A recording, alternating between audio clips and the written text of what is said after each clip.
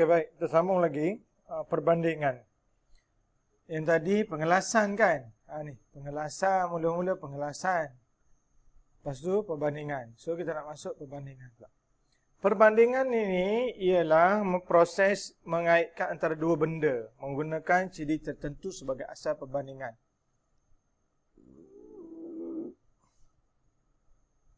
Perbandingan ni dia berlaku apabila kita membandingkan dua ciri kuantitatif dan kualitatif objek. Kuantitatif ni ciri yang boleh dilihat, kualitatif ni ciri yang dianggar ataupun berada dalam gambaran fikiran.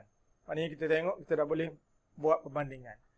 Okey, tujuannya adalah untuk memastikan murid-murid menguasai dan mengenal kuantiti, iaitu konsep yang selalu digunakan dalam perbandingan. Contohnya banyak, lebih kurang, sama banyak, ataupun lebih banyak, ataupun kurang sedikit, ataupun sedikit, kurang sedikit, lebih sedikit. Itu. Jadi secara kuantitatif kita tengok tu, kita dah boleh ni lagi besar, yang ni lebih banyak berbanding dengan yang ini.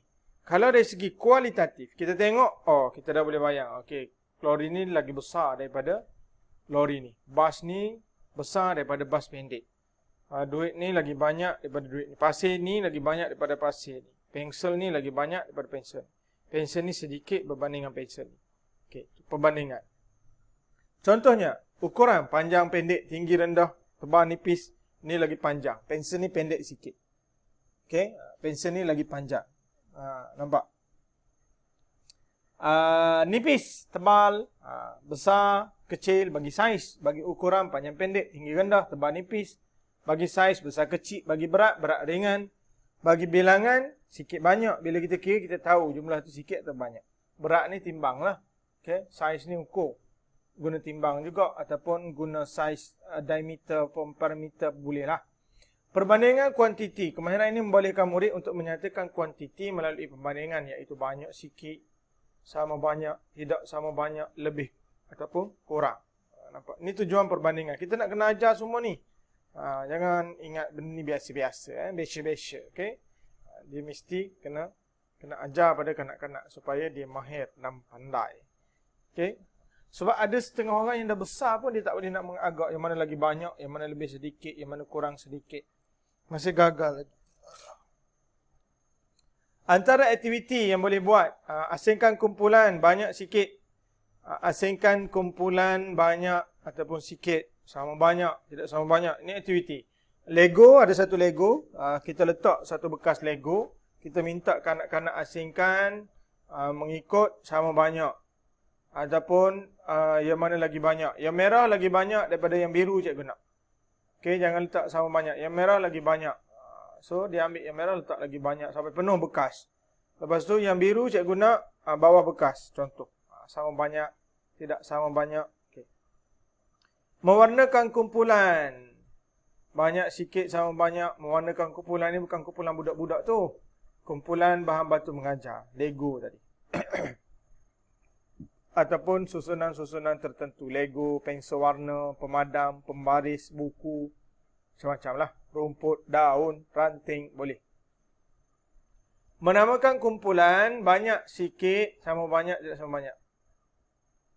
Tadi mewarna, ini menamakan kumpulan. Sebut kumpulan. Kumpulan ni lagi banyak, kumpulan ni lagi. Ikutlah kalau guna Lego, letaklah kawasan A, kawasan B. So menamakan kumpulan. Kumpulan A lagi banyak berbanding kumpulan B. Lego A lebih banyak berbanding Lego B. Mewarnakan kumpulan tadi letak warna. Warna Lego merah lagi banyak berbanding Lego biru. Macam tu. Seriasi. Okey, yang ketiga seriasi. Lepas pada pengelasan, perbandingan, seriasi. Seriasi turutan ataupun susunan lebih daripada dua objek mengikut urutan. Tujuannya adalah untuk boleh murid mencari pertalian antara objek dengan objek lain, kebolehan menyusun menertib. Okey, seriasi ni sekejap. Ni. Seriasi ni susunan. Kita susun objek ikut saiz. Awak pernah tengok tak kuali besar, periuk besar? Periuk besar. Bawah sekali paling besar kan? Lepas tu yang kedua dia kecil sikit. Set periuk. Periuk cap boya tu. Kalau awak pergi belah Kelantan, Petani, Thailand tu. Awak boleh beli puyuk cap boya tu. Puyuk cap boya ni dia ada banyak saiz kan. Dia ada set. Satu set dia tu dia ada yang besar sekali, lepas tu yang kecil sikit, lepas tu yang semakin kecil, semakin kecil, semakin kecil. Nampak tak susunan? Jadi seriasi ni kita nak ajar kanak-kanak supaya dia boleh susun daripada besar kepada kecil. Daripada kecil kepada besar. Okey, yang mana lagi besar. Ini juga turutan dalam pranombor untuk dia tahu yang mana lagi besar, yang mana lagi kecil. Yang mana lebih besar, yang mana lebih kecil. Yang mana besar, yang mana kecil. Dia berkait.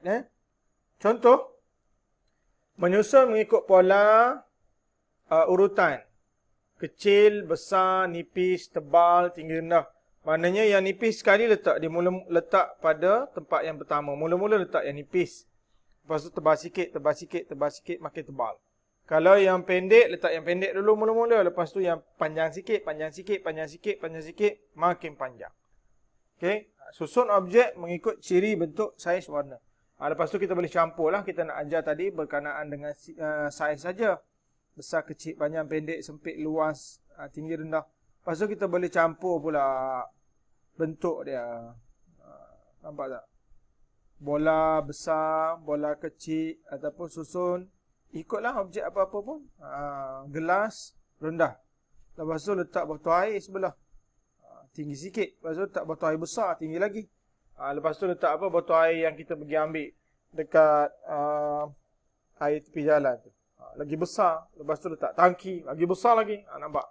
Kita nak ajar dia berkenaan dengan ciri, saiz, bentuk. Ini semua ni kena ajar. Kena ajar. Okey, padanan satu sama satu. Setelah pengelasan, perbandingan, seriasi, ini padanan satu sama satu. Padanan satu sama satu ni ialah hubungan perkaitan antara satu objek dengan objek yang lain ataupun objek yang berbeza. Okey. Okey, yang ni nampak tak? Itu contoh. Saya tunjuk contoh teruslah supaya mudah faham. Contohnya ialah satu kasut dengan satu kasut lagi. Apa? Sudu lawan dia garfu. Ini padanan satu dengan satu lah. Satu sudu dan satu garfu. Satu kasut, satu stokin. Nampak? Dua kasut, dua stokin.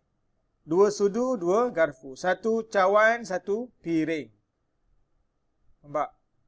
Faham tak? Kan senang je. Pola.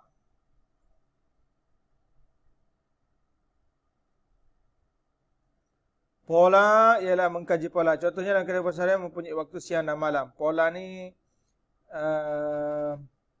empat cara bagaimana konsep pola boleh dikembangkan. Meniru pola, menyambung pola, melengkapkan pola. Okey, yang ni saya kena tunjuk contoh supaya boleh faham.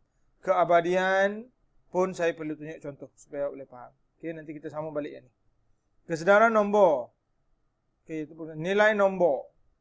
Okey, ini dah masuk kepada nilai nombor lah. Yang ni keabadian dengan pola nanti. Di pola ni lebih kepada siang malam, pagi petang. Pola ni dia nak berbicara tentang bagaimana kanak dapat membahagikan pola kehidupan dia tu. Pagi dia buat apa, malam dia kena buat apa, petang dia kena buat apa. So dalam maths juga kita nak ajar. Nak ajar dalam ni, dalam pola ni kita akan ajar dia waktu, masa. Okey, ajar masa, waktu.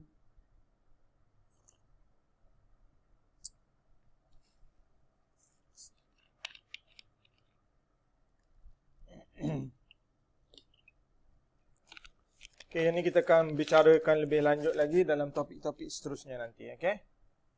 Keabadian pun sama. Okey, konsep nombor. Kita bagi nilai nombor. Nombor ni ada nilai-nilai tertentu.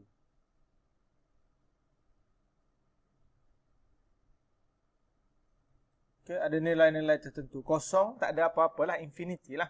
Satu tu bermaksud nilai sesuatu tu satu. Satu pen, satu pensel. Nampak tak? Okey. Nombor ni mewakili nilai-nilai tertentu bagi sesuatu. Okey, bila kita dah kenalkan murid pada 0 nombor, dia dah kenal nombor, jadi kita boleh ajar dia kepada nilai tempat. Apabila mereka dah kena nombor dan menulis, kita boleh ajar menilai nilai tempat. Nilai tempat ni contohnya ajar dia daripada nombor bulat kepada nombor yang lebih besar. 10, 20, 30, 11. Tapi make sure dia boleh kenal dulu 1 sampai 9. 0 sampai 9. Antara pendekatan yang boleh digunakan untuk mengenai konsep nilai tempat ialah pengumpulan bahan berkadaran seperti menggunakan lidi, perut kacang. Ni nak ajar dia mengira lah. Mengira. Nak ajar dia mengira nilai tempat tu dengan betul.